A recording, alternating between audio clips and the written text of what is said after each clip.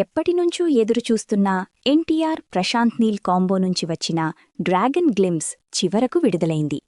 ఒక మాటలో చెప్పాలంటే ఇది సాధారణ గ్లిమ్స్ కాదు, పూర్తిగా నీల్ యూనివర్స్లోకి తీసుకెళ్లే ఒక భారీ ప్రెజెంటేషన్.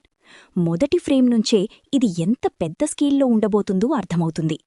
ముఖ్యంగా జూనియర్ ఎన్టీఆర్ని లూగర్ అనే పాత్రలో చూపించిన తీరు అభిమానులకు గూస్బంప్స్ ఇచ్చేలా ఉంది.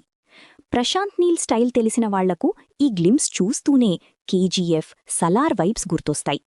డార్క్ కలర్ గ్రేడింగ్, భారీ world building, slow motion shots, powerful elevations ఇవన్నీ అతని ట్రేడ్మార్క్.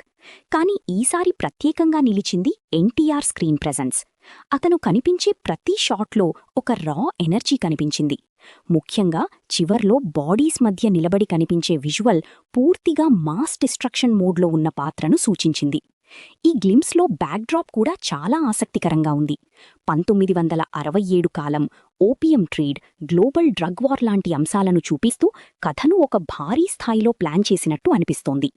ప్రశాంత్ నీల్ కేవలం యాక్షన్ మాత్రమే కాకుండా ఈసారి ఒక పెద్ద రాజకీయ క్రైమ్ డ్రామా టచ్ కూడా ఇవ్వబోతున్నాడనే ఫీలింగ్ వచ్చింది.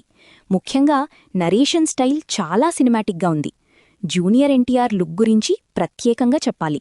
గత సినిమాలతో పోలిస్తే ఇక్కడ చాలా రగ్గెడ్, రా మరియు రూత్లెస్గా కనిపించాడు. ఫిజిక్ కూడా చాలా డిఫరెంట్గా ఉంది. డైలాగ్ డెలివరీలో ఆ ఇంటెన్సిటీ బాగా వర్క్ అయింది. ట్రిగ్గర్ నొక్కగానే మర్చిపోవడం అనే డైలాగ్ గ్లిమ్స్కి మేజర్ హైలైట్ అయింది. అది క్యారెక్టర్ సైకాలజీ గురించి క్యూరియాసిటీ పెంచింది. అనిల్ కపూర్ ప్రెజెన్స్ కూడా చాలా పవర్ఫుల్గా అనిపించింది. చిన్న గ్లిమ్స్ మాత్రమే ఇచ్చినా అతని పాత్ర కథలో చాలా కీలకంగా ఉండబోతుందని అర్థమవుతుంది. అలాగే రుక్మిణీ వసంత్, బిజూ మెనన్, ఆశుతోష్ రాణా, రాజీవ్ కనకలా వంటి నటులను కూడా చూపించడం వల్ల ఇది ఒక ప్రాపర్ ఎన్సెంబుల్ కాస్ట్ సినిమా అని తెలుస్తోంది. ఇప్పుడు టెక్నికల్ ఆస్పెక్ట్స్ గురించి మాట్లాడితే రవి బాస్రూర్ బ్యాక్గ్రౌండ్ స్కోర్ పూర్తిగా నెక్స్ట్ లెవెల్. గ్లిమ్స్కి వచ్చిన హైప్లో సగం మ్యూజిక్ వల్లే అని చెప్పచ్చు. ముఖ్యంగా ఎలివేషన్ సమయంలో వచ్చిన స్కోర్ థియేటర్స్లో భారీ రెస్పాన్స్ తెచ్చేలా ఉంది. ప్రశాంత్ నీల్, రవి బస్రూర్ కాంబో మరోసారి వర్క్ అయిందనే ఫీలింగ్ వచ్చింది. సినిమాటోగ్రఫీ కూడా చాలా రిచ్గా ఉంది. ప్రతి ఫ్రేమ్లో స్కేల్ కనిపిస్తోంది. అయితే కొన్ని మిక్స్డ్ రియాక్షన్స్ కూడా వచ్చాయి.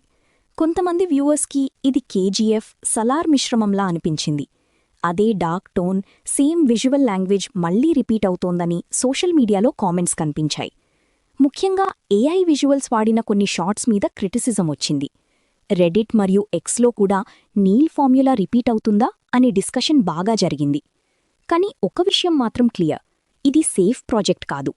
పాన్ ఇండియా ఆడియన్స్ని టార్గెట్ చేస్తూ ఒక మ్యాసివ్ సినిమాటిక్ యూనివర్స్ ఫీల్ ఇవ్వడానికి ప్రయత్నిస్తున్నారు. ఎన్టీఆర్ ఫ్యాన్స్కైతే ఈ గ్లిమ్స్ పూర్తిగా ఫెస్టివల్ మెటీరియల్. ఆయనను ఈ రేంజ్లో, ఈ ఇంటెన్సిటీతో చూడాలని ఎప్పటినుంచో కోరుకుంటున్న అభిమానులకు ఇది సాలిడ్ ట్రీట్ అయింది. సోషల్ మీడియాలో వచ్చిన రెస్పాన్స్ కూడా అదే చెబుతోంది. మొత్తానికి డ్రాగన్ గ్లిమ్స్ ఒక పవర్ఫుల్ ఓపెనింగ్ స్టేట్మెంట్. కథ గురించి పూర్తిగా రివీల్ చేయకుండా క్యూరియాసిటీ పెంచడంలో టీం సక్సెస్ అయింది. ప్రశాంత్ నీల్ తన స్టైల్ను మళ్లీ తీసుకొచ్చినా ఈసారి ఎన్టీఆర్ ఎనర్జీ వల్ల అది ఇంకో లెవెల్కి వెళ్లే అవకాశం కనిపిస్తోంది. ఇప్పుడు అందరి దృష్టి టీజర్, ట్రైలర్ మరియు సినిమా ఎలా ఉంటుందన్న దానిపైనే ఉంది. కానీ ఒక్క గ్లిమ్స్తోనే ఎక్స్పెక్టేషన్స్ మాత్రం స్కై హైకి వెళ్ళిపోయాయి.